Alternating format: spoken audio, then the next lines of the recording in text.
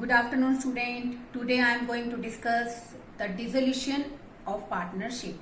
बेटे previous video का जो कॉन्सेप्ट था बच्चों, जर्नल का कॉन्सेप्ट था कि हम लोग जर्नल एंट्रीज कैसे कैसे बनाते हैं। तो देखो बेटे, डिसोल्यूशन ऑफ पार्टनरशिप के अंदर हमारे नेमली 4 टाइप के अकाउंट्स बनते हैं। फर्स्ट बनता है बच्चों हमारा रियलाइजेशन अकाउंट, सेकेंड बनाते हैं हम लोग पार्टनर्स कैपिटल अकाउंट, थर्ड बनाते हैं हम लोग लोन अकाउंट और फोर्थ बनाते हैं बच्चों बैंक अकाउंट। ठीक है बेटे, अब देखो बेटे, इस चैप्टर को मतलब बेसिकली कॉन्सेप्ट क्लियर करने से पहले मैं तुम्हें कुछ बातें बताना चाहती हूँ। देखो बेटे, प्रीवियस चैप्टर आपने जितने भी किए, एडमिशन का किया, रिटायरमेंट का किया, डेथ का किया, ठीक है ना बच्चों, वहां आपने बनाया बेटे रीवैल्यूएशन अकाउंट। रीवैल्यूएशन अकाउंट में क्या होता था बेटे कि एसेट्स में जो भी कमी आई, वैल्यू बढ़ गई या वैल्यू पहले से क्या हो गई बच्चों, डिक्रीज हो गई, आपने केवल वही रिकॉर्ड करके रिवैल्यूएशन का प्रॉफिट और लॉस आप कंसीडर करते थे। ठीक है बच्चों, लेकिन बेटे जो हमारा रियलाइजेशन अकाउंट है, यहाँ पर कंपनी वाउंड अप हो रही है। कंपनी क्या हो रही है स्टूडेंट, खत्म हो रही है। जब यहाँ पर पार्टनरशिप फर्म खत्म हो रही है बेटे, तो नो डाउट बेटे सबसे बड़ा इफेक्ट क्या आएगा कि हम फाइनली सारी की सारी एसेट्स को जो हमारे पास बुक वैल्यू में है उसको क्या करेंगे स्टूडेंट, बेच देंगे मार्केट के अंदर, और फाइनली सारी जो पार्टनर्स हैं उनको बेटे हम लोग क्या कर देंगे, पेमेंट कर देंगे। तो बेटे ये डिफरेंस आपके लिए बहुत जरूरी है ताकि आप कंफ्यूज नहीं हो। एक होता है रियलाइजेशन अकाउंट, एक होता है बच्चों रिवैल्यूएशन अकाउंट। रिवैल्यूएशन के अंदर आप एसेट का इंक्रीज और डिक्रीज, लायबिलिटी का इंक्रीज और डिक्रीज रिकॉर्ड करते हो, जिसके कारण आपको या तो प्रॉफिट होता है या क्या होता है स्टूडेंट, लॉस होता है। तो बेटे ऐसे ही जो हमारा रियलाइजेशन अकाउंट है, यहाँ पर बेटे हम लोग क्या करेंगे, सारी एसेट लायबिलिटीज को ट्रांसफर करेंगे। ठीक है ना, किस तरह से ट्रांसफर करेंगे, कौन सी लायबिलिटी को ट्रांसफर नहीं करेंगे। There are several type of discussions in our realisation account. Now come to the realisation account. First one, all assets excluding cash, bank balance, debit balance of P&L account, debit balance of capital and current account, loan to a partner। देखो बेटे, यहाँ पर मैंने उस दिन भी आपको account के अंदर बताया था ना कि हम लोग करते क्या है बेटे, सारी तरह की एसेट्स को जिनको हम लोग कैश में रियलाइज कर सके उनको हम लोग क्या करते हैं बच्चों, रियलाइजेशन में ट्रांसफर कर देते हैं। ठीक है बेटा, तो क्या एंट्री करते हैं, realisation account debit to assets. अब इनमें कहा कि कौन कौन सी एसेट नहीं आएंगे बेटे। एक तो बेटे जो फिक्टिशियस एसेट्स हैं, फिक्टिशियस एसेट्स में क्या आ गया बेटे, जैसे कि हमारा प्रॉफिट एंड लॉस अकाउंट का डेबिट बैलेंस है वो आप नहीं लिखेंगे। जो हमारा कैश और बैंक का बैलेंस आपको दे रखा है वो तो ऑलरेडी रियलाइज्ड है कैश में, उसको भी बेटे आपको यहाँ एसेट्स में इंक्लूड करने की जरूरत नहीं है, क्योंकि उसके लिए बेटे आप अलग से क्या बनाते हो बेटा, बैंक अकाउंट। क्या बनाते हो स्टूडेंट, बैंक अकाउंट। ओके, अब देखिए लोन टू अ पार्टनर, हमने किसी पार्टनर को लोन दे रखा है बेटे, ठीक है ना, हालांकि वो हमारे लिए एसेट है बट हम उसको रियलाइजेशन में ट्रांसफर नहीं करेंगे। बेटे बहुत अच्छा चैप्टर है, ढंग से कंसीडर करो इसको। टू बैंक अकाउंट, देखो बेटे amount paid for the liabilities. अगर मान लो बेटे हम लोग कोई भी लायबिलिटी पे करते हैं, कोई रियलाइजेशन एक्सपेंसेस पे करते हैं, तो बेटे एक ही एंट्री होती है, रियलाइजेशन के थ्रू करेंगे, realisation account debit to bank account या फिर टू कैश अकाउंट। तो देखो बेटे रियलाइजेशन भी डेबिट में मैंने क्या लिख दिया, टू बैंक अकाउंट या फिर cash account, amount paid for the liabilities. हमने लायबिलिटीज के लिए क्या कर दिया, अमाउंट पे कर दिया। ठीक है बेटे, ऐसे ही टू बैंक अकाउंट हम लोग रियलाइजेशन के एक्सपेंसेस पे करते हैं, तो क्या एंट्री करते हैं बच्चों, realisation account debit to bank account. मान लो बेटे कोई अनरिकॉर्डेड लायबिलिटी है, कई बार होता है ना बिजनेस के अंदर कि लायबिलिटीज क्या होती है बच्चों, अनरिकॉर्डेड होती है। अचानक से आपको पता चलता है कि एक आउटस्टैंडिंग क्लेम पेंडिंग है आपका और आपको उसको इमीडिएटली पे करना है, क्योंकि आप तो फर्म क्या कर रहे हो बच्चों, बंद कर रहे हो। ठीक है तो उस केस के अंदर बेटे क्या एंट्री करेंगे हम लोग, realisation account debit to bank account. देखो बेटे कोई भी लायबिलिटी पे करोगे तो भी रियलाइजेशन टू बैंक, हमारे पास से बेसिकली बैंक का बैलेंस कम हो रहा है। ठीक है, ऐसे ही बच्चों यहाँ पर आप रियलाइजेशन एक्सपेंसेस पे करते हो तो भी क्या एंट्री करोगे, realisation account debit to bank account. कोई भी बेटे अनरिकॉर्डेड लायबिलिटी आपको पे करनी पड़ जाए तो उसके लिए भी क्या एंट्री करते हैं, realisation account debit to bank account. आगे देखिए बेटे, कई बार बेटे होता क्या है कि कोई भी पार्टनर फर्म की तरफ से कोई लायबिलिटी ले लेता है कि क्रेडिटर्स की पेमेंट मैं कर दूंगा, बीपी की पेमेंट मैं कर दूंगा, या उसकी वाइफ ने कोई लोन दे रखा है फर्म को, उसके लिए पेमेंट मैं कर दूंगा। तो बेटे इस केस में हम लोग करते क्या हैं कि realisation account debit to bank, अगर कोई लायबिलिटी पे करते हैं, कोई एक्सपेंसेस पे करते हैं, तब भी बेटे रियलाइजेशन टू बैंक, और बेटा कोई अनरिकॉर्डेड लायबिलिटी की पेमेंट करते हैं तब भी क्या एंट्री करेंगे, realisation account debit to bank account. अब देखो बेटे, to partners capital for the liability paid by the partner. कई बार क्या होता है बेटे, जैसे मैं आपको बता ही रही थी कि हम करते क्या है, कोई पार्टनर है उसने क्रेडिटर्स को पे करने की जिम्मेवारी खुद पर ले ली है, तो बेटे हम उसको बेसिकली क्या करते हैं बच्चों, पेमेंट करते हैं। तो इसके लिए क्या एंट्री करते हैं स्टूडेंट हम लोग, realisation account debit to partners capital account. तो बेटे यहाँ पर क्या आ गया student, to partners capital account for liability paid by the partner.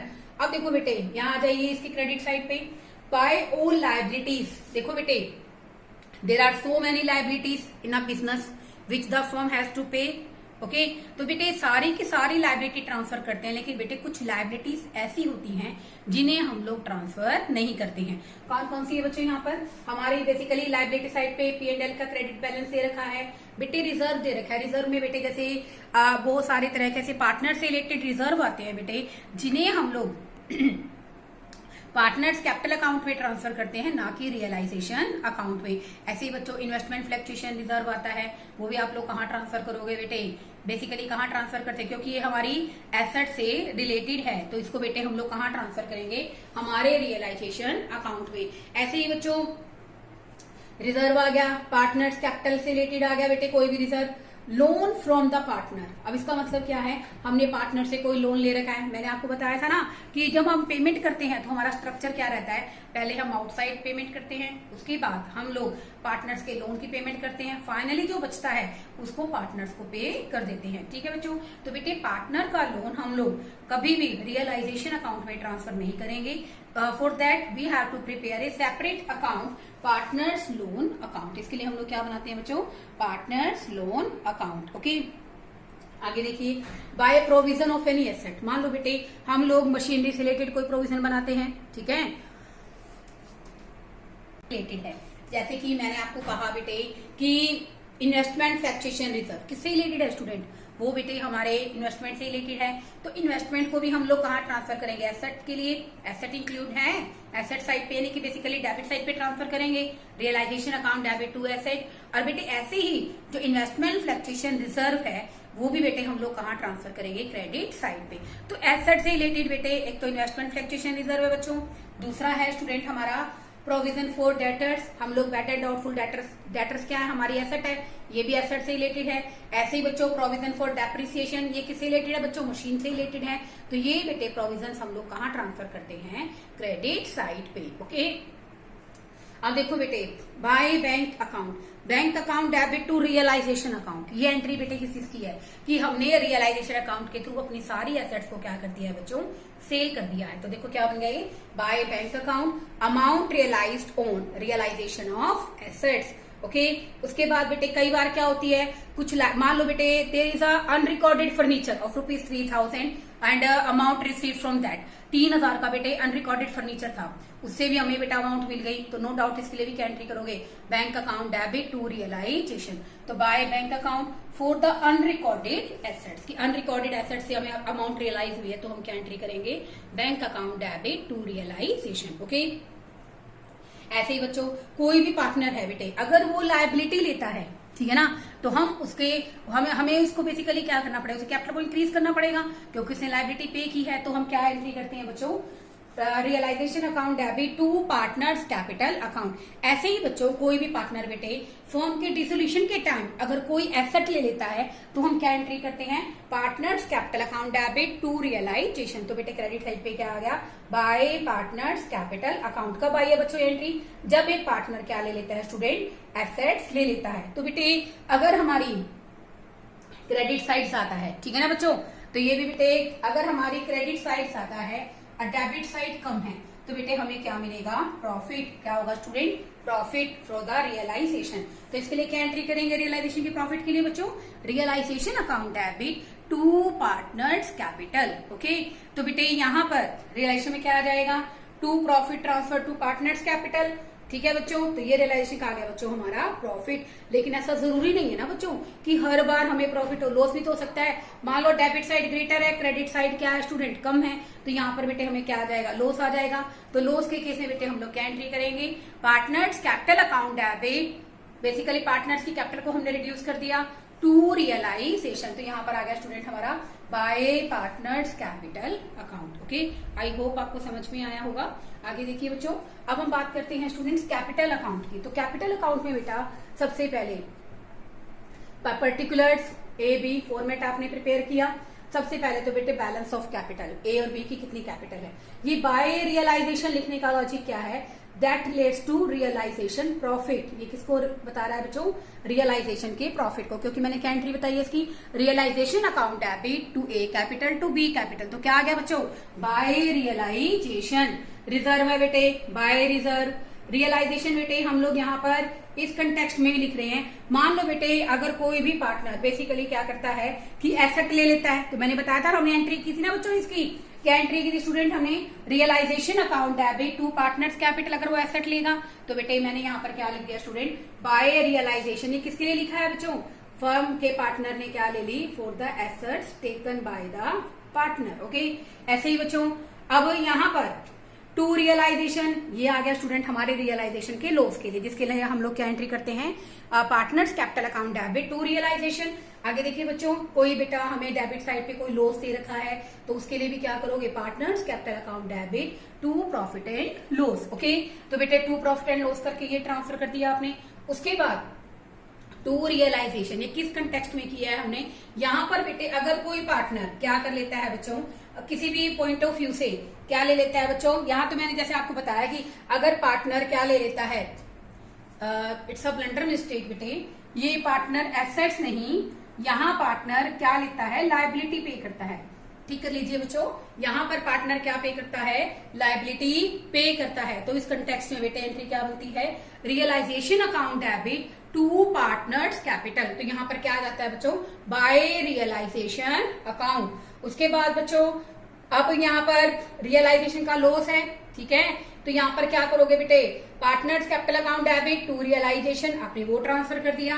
Asset side पे आपको प्रॉफिट एंड लॉस ये लिखा है बच्चों, वो आपने ट्रांसफर कर दिया, partners capital account debit to profit and loss account. और अगर मान लो बेटे ये टू रियलाइजेशन कब किया है हमने, जब बेटे कोई भी पार्टनर फर्म से क्या ले लेता है स्टूडेंट, एसेट्स ले लेता है, assets taken by the partner. तो उस केस में बेटे क्या एंट्री करते हैं, partners capital account debit to realisation. क्या एंट्री करते हैं बेटे जब एसेट लेगा, पार्टनर्स कैपिटल अकाउंट डेबिट्स की कैपिटल को रिड्यूस करेंगे बच्चों, ठीक है, टू रियलाइजेशन। तो बेटे यहाँ आ गया स्टूडेंट हमारा टू रियलाइजेशन। ओके, उसके बाद बेटे अब बात आती है फाइनल पेमेंट की। तो देखो बेटे दोनों ही कंडीशन हो सकती है फर्म के अंदर, हो सकती है ना बेटे, हो सकता है कि कैपिटल जब आप पे कर रहे हो, बैलेंसेस आप निकाल रहे हो, तो बेटे किसी केस में क्या होगा कि क्रेडिट साइड, मान लो बेटे हम बात करते हैं ए के केस में, credit side is greater in case of A capital, तो हम उसको पे कर देंगे बेटे टू कैश अकाउंट। हमने ए को बेटे क्या कर दी, पेमेंट कर दी।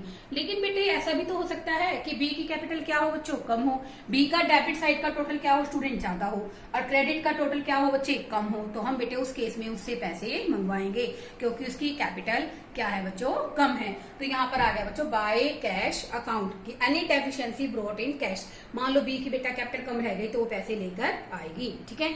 अब देखो बेटे उसके बाद partners loan account. Partners loan account आपको आता है बेटे, because I have already discussed in my previous videos in our chapter retirement और डेथ। ओके बेटा, वही बाय बैलेंस ब्रॉट डाउन।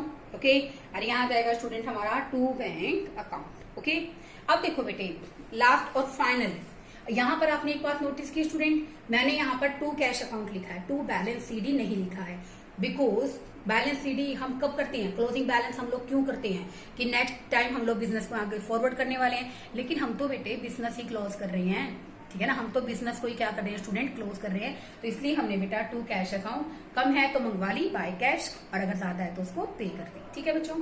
अब आप करते हैं हम लोग बैंक अकाउंट की। सबसे पहले बेटा बैलेंस ट्रांसफर करोगे, जो आपको ओपनिंग बैलेंस दे रखा है बैंक का। उसके बाद बच्चों आपकी जो एसेट से वैल्यू रियलाइज हुई है, एसेट से जो वैल्यू आपकी रियलाइज हुई है उसको आप ट्रांसफर करेंगे। यहाँ पर हमें बैंक का बैलेंस हमने ट्रांसफर कर दिया है। उसके बाद बच्चों टू रियलाइजेशन, एसेट हमें वैल्यू रियलाइज होते हैं, हम क्या वैल्यू करते हैं बच्चों इस क्वेश्चन के अंदर, bank account debit to realisation. तो बेटे यहाँ तो आ गए स्टूडेंट, आपने कितना ट्रांसफर, बेसिकली हमें पैसे मिल रहे हैं बाय बैंक अकाउंट, और यहाँ पर आ गया बच्चों टू रियलाइजेशन। ओके, अब देखो बेटे बी कैपिटल लेकर आया तो उसकी एंट्री क्या करी होगी, by cash account debit to B capital. तो यहाँ पर आ गया बेटे टू बी कैपिटल की बी क्या लेकर आया है, कैपिटल जो उसकी कम थी, डेफिशिएंसी थी, वो अमाउंट लेकर आया है।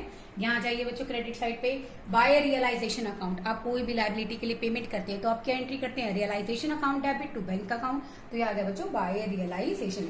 रियलाइजेशन के एक्सपेंसेस पे करते हैं तब भी बच्चों आप यही एंट्री करते हैं, बाय रियलाइजेशन अकाउंट। आगे देखिए बाय एज कैपिटल, क्योंकि आपने ए को पेमेंट की तो आपने क्या एंट्री की बच्चों, A capital account debit to cash. Okay, तो यहाँ आ गया स्टूडेंट बाय ए कैपिटल। एक सेकंड बच्चों, आप इसमें एक लोन का पॉइंट भी डाल सकते हो, जैसे आपने पार्टनर्स लोन अकाउंट बनाया तो आपने डाला ना टू बैंक अकाउंट, तो बेटे टू बैंक अकाउंट का यहाँ पर रिवर्स क्या बन जाएगा, बाय एज लोन अकाउंट। आप ये भी यहाँ पर ट्रांसफर करोगे बैंक से रिलेटेड जितनी भी ट्रांजेक्शन है बच्चों, बहुत इंपॉर्टेंट फॉर्मेट है।